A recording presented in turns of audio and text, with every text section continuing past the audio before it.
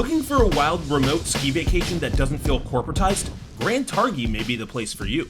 Nestled within an isolated national forest, Grand Targhee is located in far west Wyoming and is only accessible by driving through Idaho first. The resort offers a distinctive vibe and incredible snow, but why isn't it as popular as other destinations in the northern Rockies and just across North America in general? Well, in this video, we'll go through Grand Targhee's overall mountain experience, and then we'll go through how the resort stacks up in our overall rankings. If you find this information helpful, be sure to like and subscribe and hit the bell so you don't miss any of our content.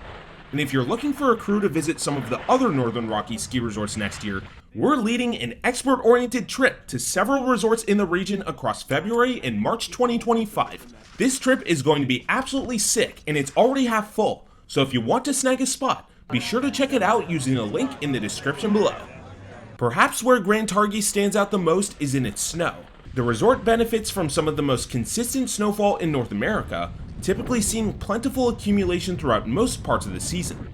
While the quantity may not be quite as extraordinary as that of the resorts in Utah's Little Cottonwood Canyon, Targhee's accumulation is particularly light and dry, allowing for effortless powder runs. Targhee is one of the most reliable early season resorts out there, with good storms starting in November and the resort often opening 100% of its footprint by the last week of December. Warm spells common to some competitors are not typically the case at Grand Targhee. The resort consistently stays below freezing until at least late February, making freeze-thaw cycles less common here. However, March and early April are different stories. These somewhat warmer and sunnier times do tend to be a bit less consistent than the earlier months. Grand Targhee is a chiefly west-facing resort, although a significant minority of slopes either face north or south. Targhee's north-facing slopes enjoy the best lift-served conditions for a variety of reasons. Chief among these include exposure that blocks out the sun, preventing snowmelt, as well as wind patterns that typically blow snow into the area. But unless it's a particularly bad snow year, essentially all terrain tends to remain in good shape throughout the course season, with variable conditions not starting in earnest until March. Grand Targhee's snowfall may be quite consistent, but the resort's unique climate conditions come with one less than ideal side effect throughout the course season: heavy fog. Low visibility conditions can often manifest for hours, if not entire days, with truly clear skies rare. If you're driving up from sunny weather in Idaho, don't be fooled. The fog often gets trapped in Targhee's mountains, meaning that clear skies on the access road do not translate to a sunny day at the resort. But on days when Grand Targhee is actually clear, the resort offers breathtaking views into other mountain ranges and the expansive, profoundly flat interstate valley below. The Idaho town of Driggs, which is at the base of the Tetons nearly 4,000 feet below the resort summit, is quite a sight to behold, and when it's visible, it makes the resort feel a lot taller than it really is. But Targhee's best views arguably exist from the highest reaches of the resort. If one is at the top of Fred's or Peak's mountains, a look over the backside gives way to some of the most iconic peaks in the Teton Range, including Grand's Teton itself. For those who like Glade Terrain, Grand Targhee is a great choice. The resort's footprint seems to sit in an almost perfectly near treeline environment, with light to moderate glades and rolling hills making up most resort areas.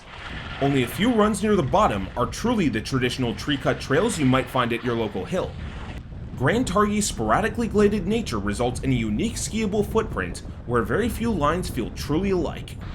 But part of the reason for this consistently near treeline footprint is due to a notable Grand Targhee drawback: the resort's modest vertical drop.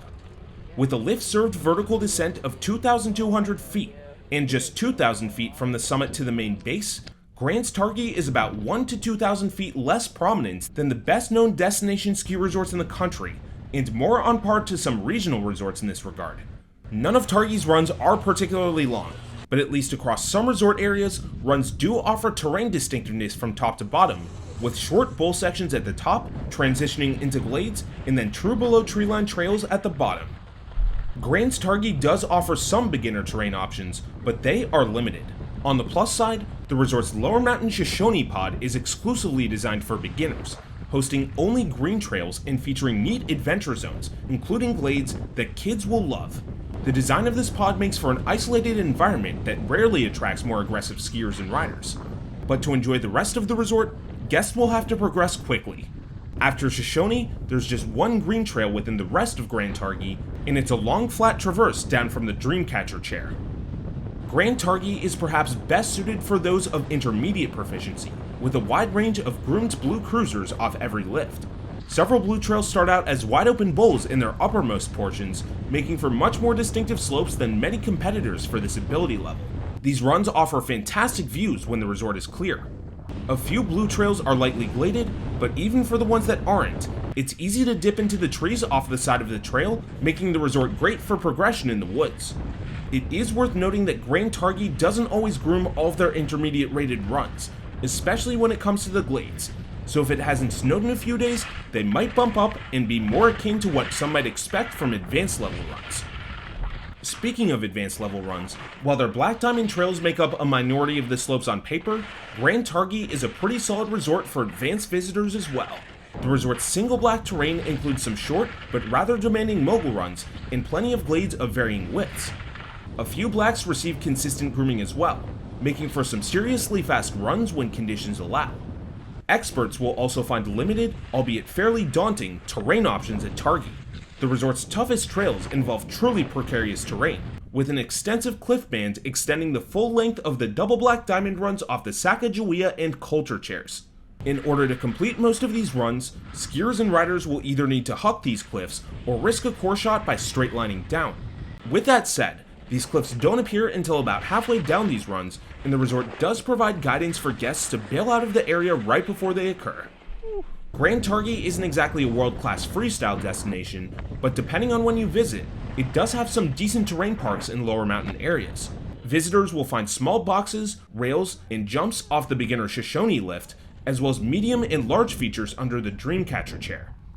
However, these builds do typically take a while to materialize each winter, and if you visit earlier in the season, there's a chance that it won't be up and running yet. But then again, if you're going out west to ride terrain parks, Targhee probably won't be your first choice in the first place.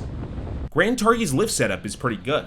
The resort's 3 high-speed lifts, the Dreamcatcher Quad, Sacagawea Quad, and Colter 6-pack, cover nearly all of Targhee's main mountain footprint, while the slower but shorter Shoshone Quad covers the beginner trails. The slow fixed grip Blackfoot Quad is technically fully redundant to the Dreamcatcher chair. However, this lift serves an important purpose, providing convenient lappable access to Grand Targhee's northernmost footprint and allowing guests to avoid an irritating catwalk and magic carpet ride to return to the main base. A considerable portion of Grand Targhee's terrain, including all runs on the northern side of Peaked Mountain, used to be served exclusively by Snowcat, but 2 winters ago, Grand Targhee replaced that Snowcat service with the Colter 6-pack we mentioned earlier. Adding the Colter lift has expanded Grand Targhee's lift-served footprint by approximately 600 acres, and in the process, transformed the resort. The Colter lift tops out 900 feet higher than the Sacagawea lift with which it shares Peaked Mountain, and the expansion makes the resort feel much bigger than it used to be. The new 6-pack lift is fast and comfortable, with more than enough capacity for the area. In addition, this newly available footprint offers what's arguably the best views of the Teton Range at the resort on clear days. If it's clear out, be sure to check out the intermediate Rolling Thunder Trail for stunning vistas that last most of the run. The Colter lift service expansion has come with one casualty, the discontinuation of guided cat skiing at Grand Targhee. While only a minuscule fraction of Targhee guests ever paid for these tours, they offered a unique opportunity to ski untouched powder for an entire day. This terrain has now been democratized for the broader Targhee ticket and pass holding audience, but it gets tracked out a lot faster than it used to. A small portion of Targhee's footprint remains hiked to, even following the Colter expansion. The Mary's Nipple Zone, yes, it's literally called this, requires a short uphill hike, but it holds untouched snow for days, and is a great option for powdered bowl skiing if there's been a recent storm drought. Following the Colter lift installation, this area is accessible from a much shorter hike than it used to be, and if you go from the peaked mountainside, the hike is 5 minutes tops. It is worth noting that the 20-minute hike from the Dreamcatcher side is still open, in case you're looking for a harder uphill workout. But if you get to that entrance, don't be fooled. It doesn't take you to any terrain that the much shorter hike also doesn't access. A small minority of Targhee's other runs require hiking to get in or out of, but these areas tend to offer the best snow preservation at the resort. Besides the hikes, getting around Grand Targhee is straightforward enough. The resort offers clear, well-placed signage and a forgiving trail system. But Targhee does have a couple of annoying navigational situations.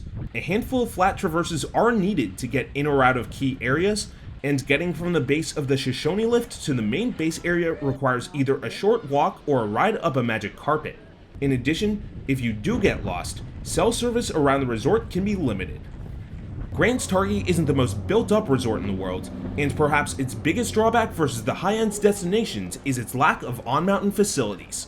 Despite the recent lift-served expansion, indoor lodges outside the main base are non-existent. This can make it a bit of a haul to get inside from the furthest mountain areas. This all being said, the lodges at the base plaza are quite nice, with multiple places to stop in, plenty of capacity, high-quality food, and surprisingly reasonable prices. And although indoor shelter may not be a thing in mid-mountain areas, there are at least a few outhouses scattered around the more remote lifts for those needing a bathroom break. Grand Targhee is much more off the beaten path than its better-known Rockies competitors, and serious crowds are rare. However, short waits, albeit tolerable ones, can build up on weekends and holidays. The biggest lines typically affect the Dreamcatcher lift, which provides the only direct base-to-summit transportation and lacks convenient alternatives. That being said, the Colter expansion has helped relieve some of the congestion here in recent years. Speaking of low crowds, despite Grand Targhee's remote location, modest vertical drop, and limited on-mountain facilities, we'd argue that's not why the resort isn't as popular as other well-known destination competitors.